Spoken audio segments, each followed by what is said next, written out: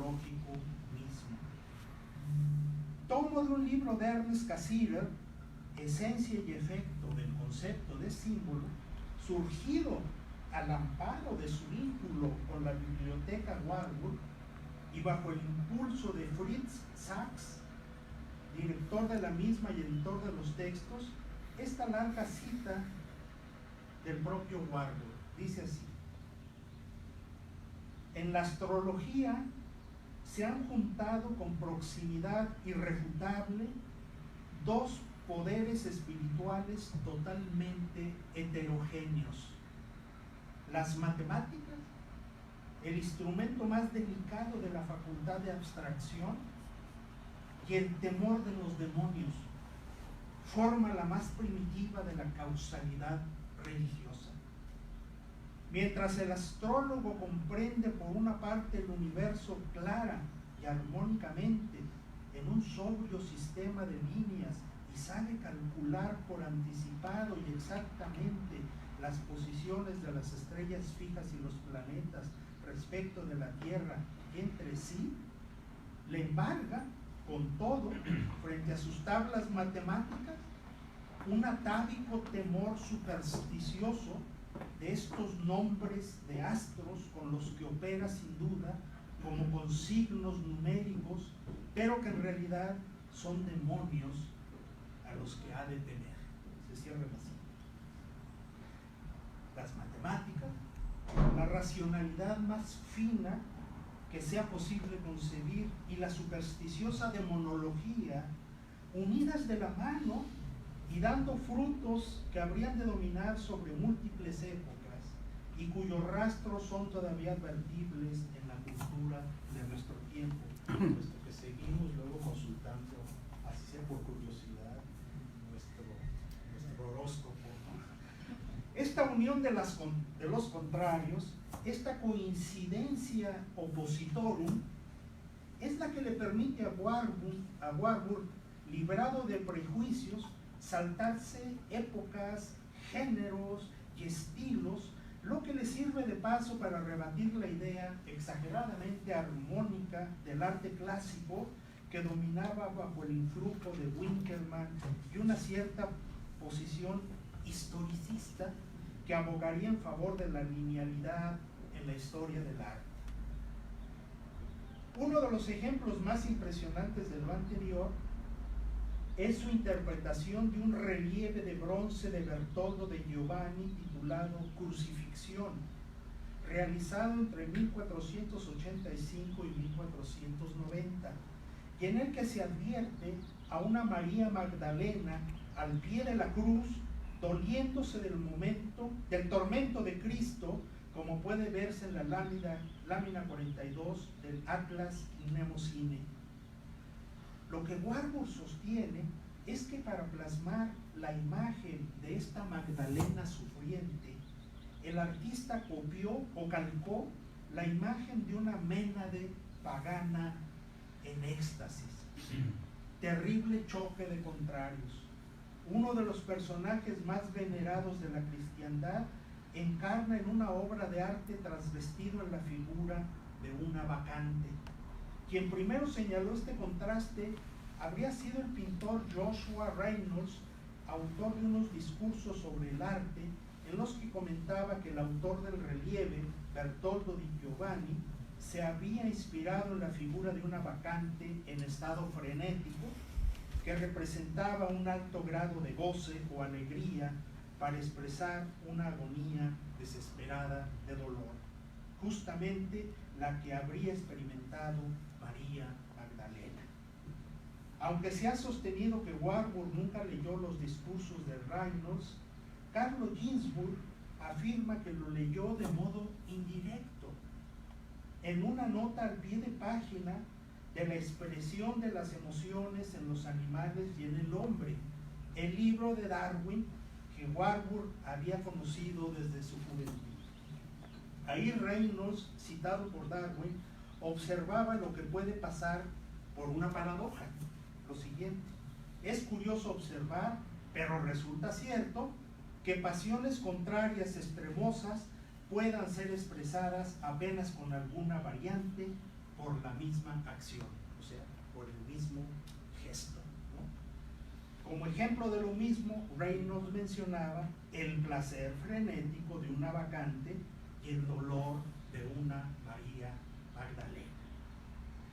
Quizá por su cuenta, Rilke, el gran poeta, adivinó este oscuro paralelismo cuando, sin anunciarlo, convirtió a la piadosa María Magdalena en una ménade amorosa capaz de haber desgarrado a mordidas las manos de Cristo y quizás incluso su mismo corazón. Así leemos en Piedad, un poema de Rilke. Nunca nos acostamos juntos y ahora solo se admira y está en vela, pero mira tus manos que han sido desgarradas, amado, no por mí ni mis mordiscos, tu corazón abierto se podría entrar en él, solo mía debiera haber sido esa entrada. Se cierra el poema. George Didi Huberman, uno de los intérpretes actuales de Warburg y que más ha ayudado a difundirlo, remite al columpio eterno de su pensamiento que formaría verdaderos latidos estructurales e incluso una dinamografía de polaridades mezcladas. Esta peculiar visión estaría vinculada a la enfermedad mental. El mismo Warburg así lo sugiere en un pasaje de su diario que cita Didi Huberman.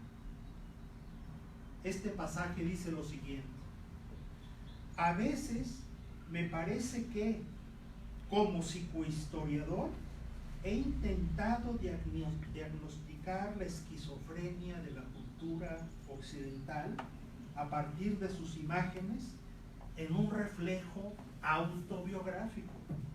La ninfa extática maníaca por un lado y el dios fluvial en duelo depresivo por otro.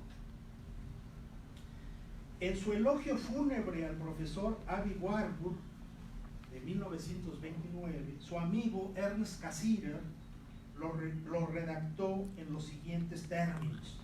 Cito esta larga referencia de Cassirer, de quien por cierto existe este libro en español, y este es el libro que publicó el Instituto Warburg. Incluso tengo entendido que se publicó con dinero del propio instituto. Dice así Cassirer: desde las primeras frases que intercambiamos, creo que fue en el hospital psiquiátrico, ¿no? Aprendimos a conocernos y a comprendernos de un modo que normalmente solo llega después de años de trabajo en común. Donde otros habían visto formas determinadas, delimitadas, formas que descansaban en sí mismas, él veía fuerzas en movimiento, veía lo que llamaba las grandes formas del pathos que la antigüedad había creado como patrimonio perdurable de la humanidad. Ahondaba aquí en su propia experiencia vital más profunda.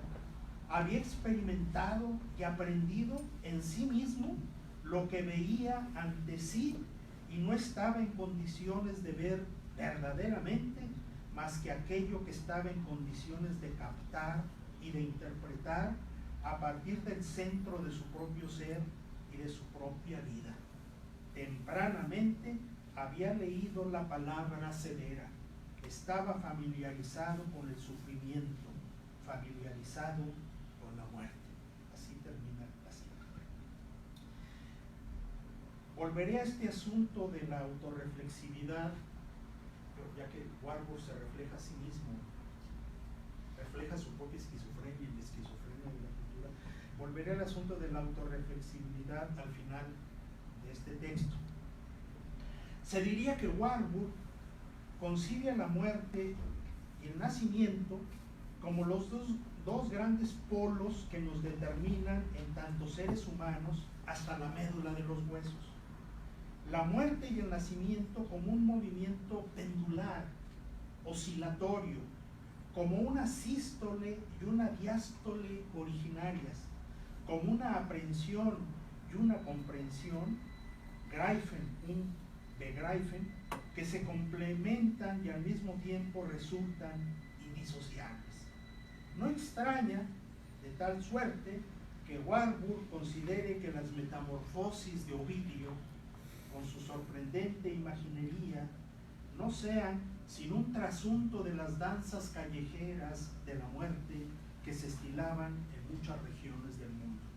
Leemos en efecto en su conferencia acerca de Rembrandt: tras las leyendas de transformación y persecución del poeta, Ovidio naturalmente, se adivina la idea primitiva de la danza de la muerte, idea simbolizada por la eterna caducidad de todo lo existente en el reino de la naturaleza cambiante y pasajera.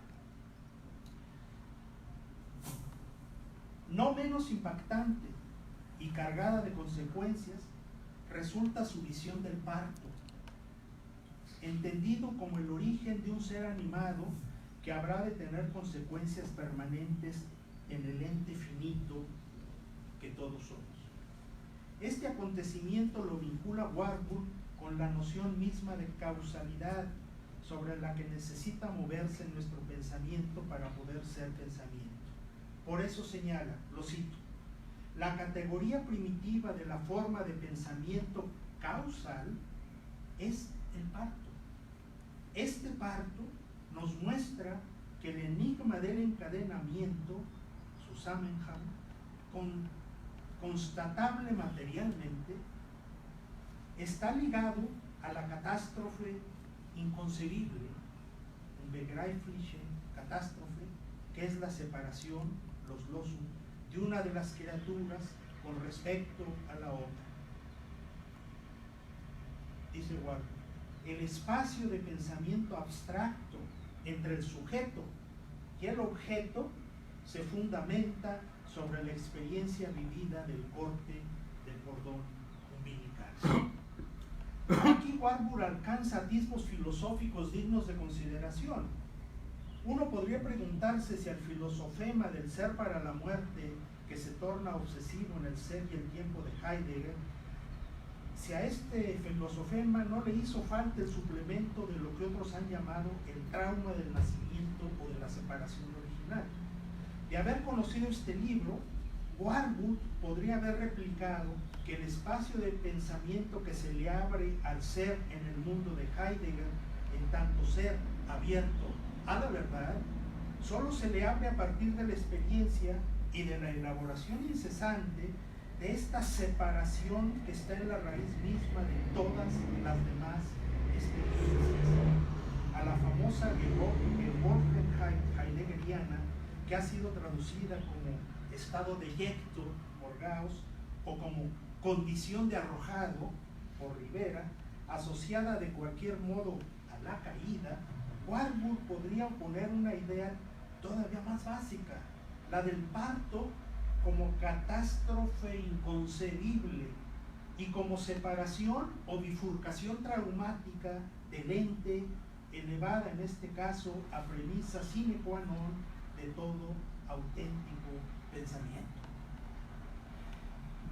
En Más allá del principio de placer, de 1920, de Sigmund Freud, libro que registra algunos de los estragos psíquicos que ha dejado la Primera Guerra Mundial, y en el que, según James Strachey, hace su primera aparición explícita el problema de la destructividad, que tuvo un papel cada vez más prominente en sus obras teóricas. Su autor aborda quizás también por primera vez de manera conjunta los temas del terror, el miedo y la angustia, cuyos nombres a menudo se usan equivocadamente como expresiones sinónimas. Esclarece Freud ahí mismo con un ánimo discernidor. Lo cito: la angustia designa cierto estado como de expectativa frente al peligro y preparación para él, aunque se trate de un peligro desconocido. El miedo requiere un objeto determinado, en presencia del cual uno lo siente. En cambio, se llama terror al estado en que se cae cuando se corre un peligro sin estar preparado. Destaca el factor de la sorpresa. A lo que añade Freud también enseguida: no creo que la angustia pueda producir una neurosis traumática. En la angustia hay algo que protege contra el terror y por tanto también contra la neurosis de terror. Se cierra la cita.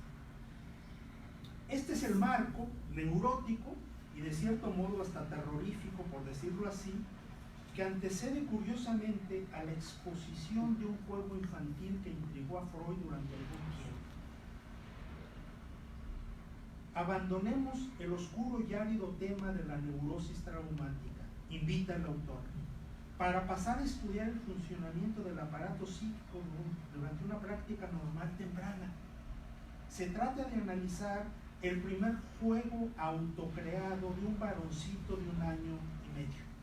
Había en este juego, observado durante una estancia de algunas semanas en una casa ajena, según confiesa Freud, una acción enigmática y repetida, cuyo sentido al principio el creador del psicoanálisis no alcanzaba a descifrar.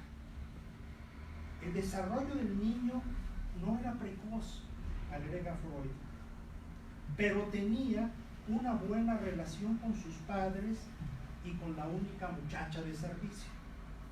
No molestaba a sus padres durante la noche, obedecía escrupulosamente las prohibiciones de tocar determinados objetos y de ir a ciertos lugares, y sobre todo no lloraba cuando su madre lo abandonaba durante horas. Esto último, a pesar de que sentía gran ternura por ella, que no solo lo había amamantado por sí misma, sino que lo había cuidado y criado sin ayuda ajena. Ahora bien, este niño exhibía el hábito, molesto en ocasiones, de arrojar lejos de sí, a un rincón o debajo de la cama, etc., todos los pequeños objetos que hallaba a su alcance, de modo que no solía ser tarea fácil juntar los juguetes. Y al hacerlo, profería con expresión de interés y satisfacción un fuerte y prolongado "oh, oh, oh", que, según el juicio coincidente de la madre y de este observador, no era una interjección, sino que significaba fort, se fue. Al fin, caí en la cuenta de que se trataba de un juego y de que el niño no hacía otro uso de sus juguetes que el de jugar a que se iban. Fort. Hasta aquí la primera cara de la moneda. La otra, que redondea el asunto, queda expresada en las siguientes líneas. Vuelvo a citar largamente a Freud. Dice así: un día hice la observación que corroboró mi punto de vista. El niño tenía un carretel de madera atado con un violín. No se le ocurrió, por ejemplo, arrastrarlo tras sí por el piso para jugar al carrito, como con gran destreza, sino que con gran destreza arrojaba el carretel al que sostenía por el violín tras la baranda de su cunita con mosquitero. El carretel desaparecía ahí dentro. El niño pronunciaba su significativo "oh, oh, oh, oh", y después, tirando del violín, volvía a sacar el carretel de la cuna, saludando ahora su aparición con un amistoso "da". Acá está. El corolario lo aporta ahí mismo el propio Freud. Dice: la interpretación del juego resultó entonces obvia. Se entramaba con el gran logro cultural del niño, su renuncia pulsional, renuncia a la satisfacción pulsional de admitir sin protestas la partida de la madre. Se resarcía, digamos, escenificando por sí mismo, con los objetos a su alcance, desaparecer y regresar. La historia sigue y se complica un poquito porque está la circunstancia de la guerra. El papá es enviado, papá de Chico es enviado a pelear a la guerra. Freud atisba pues una transmutación significativa, una circunstancia de su vida que el niño vivencia o experimenta de manera pasiva. El acto del juego le permite asumirla en un papel activo, por decirlo así, protagónico, como bien podría ser un adulto. El acto de arrojar el objeto para que se vaya, continúa Freud, ¿acaso era la satisfacción de un impulso sofocado por el niño en su conducta a vengarse de la madre por su partida? Así vendría a tener este arrogante significado. Y bien, vete pues, no te necesito, yo mismo te he hecho. Brillante interpretación de Freud. La anécdota, empero, no concluye aquí. Un año después, Freud regresa a esta misma casa, que está en posición de añadir algo que ya trasluce indicios ominosos, habría que decir, de la Gran Guerra Europea. Por eso anota en su afán científico de precisión: este mismo niño, cuyo primer juego observé teniendo él 1 año y medio, solía, 1 año después, arrojar al suelo un juguete con el que se había irritado, diciéndole: vete a la guerra, vete a la guerra. Le habían contado por entonces que su padre, ausente, se encontraba en la guerra. Y por cierto, no lo echaba de menos, sino que daba los más claros indicios de no querer ser molestado en su posesión exclusiva de la madre. Bueno, me he detenido en este Forda, analizado por Freud como juego infantil, porque me parece que Warburg lo universaliza y lo convierte en un componente de toda conducta y de toda cultura, sea esta infantil o no. Para reforzar lo anterior, recurro a un amplio texto que me veo obligado a citar. Se trata de un par de párrafos que tomo de la ya antes mencionada Conferencia sobre Rembrandt de 1926. Allí argumenta Warburg, lo cito: detrás del ceremonial, en apariencia puramente jurídico, del alzamiento sobre un escudo en tiempos posteriores, puede reconocerse lo que probablemente era un gesto de un uso popular, detrás del cual había una misteriosa religiosidad. Testimonio de esto es la danza de las espadas, llamada en Inglaterra Morris Dance, que ha perdurado hasta fines del siglo XIX, y en la que se rodeaba a un personaje para honrarlo y repentinamente se lo ejecutaba al loco para que luego resucitara. A pesar de los ocasionales detalles pueriles de esta acción, no hay duda que nos hallamos en la región donde se desarrolla la parodia de un reinado, la del rey de las Saturnales, en la que la máxima veneración terrena está ligada a un deshonroso y violento final. En su rama dorada, sigue diciendo Warburg, Fraser nos mostró la forma de comprender esta trágica duplicidad del rey primordial en el reino primitivo de la polaridad original. En una ilustración del siglo XVI que representa la danza de los cuchillos, vemos 2 reyes con espada que luchan de pie sobre las hojas cruzadas de las espadas de los danzantes. Y en la fiesta del tiro de Zwickau de 1595, vemos a los danzantes con sus espadas, y a la izquierda a un grupo de carniceros que mantean a un hombre sobre un cuero de vaca, haciéndole volar por los aires. Aquí, el alzamiento sobre un escudo se ha convertido en un acto burlesco. Y Reuter ha descrito este mismo manteo practicado por los escolares asistentes del director como un incómodo rito de iniciación, hacer una voladura, lo llaman los escolares de Mecklemburgo. Y luego una voladura, volar por el aire, cosa nada agradable, es decir, los chicos forman corro y utilizan sus brazos como los danzantes sus espadas para lanzar a los aires al neófito y recogerlo de nuevo. Se cierra la serie. Lo que resulta indispensable para entender el sentido de lo anterior es que para Warburg la diferencia entre el supuesto hombre primitivo, el actual o moderno, no es sino pura palabrería. Es un invento cultural y por lo tanto no existe. Cito las palabras a las que recurre en lo que se conoce como Conferencia en la Hertziana, también de 1929. Ahí dice Warburg: Spitteler dijo una vez que el niño es una invención de los adultos. Warburg se sirve de este enunciado como palanca y la complementa ahí mismo para sostener sin ambigüedades. Y el hombre primitivo es sin duda una invención de la cultura. Expresado de otra manera, si hay algo en lo que Warburg no cree, es en la idea historicista del progreso.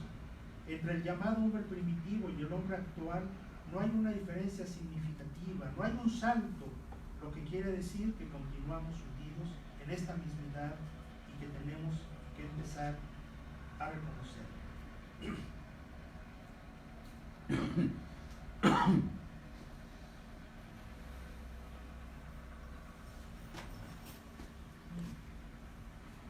De aquí que me parezca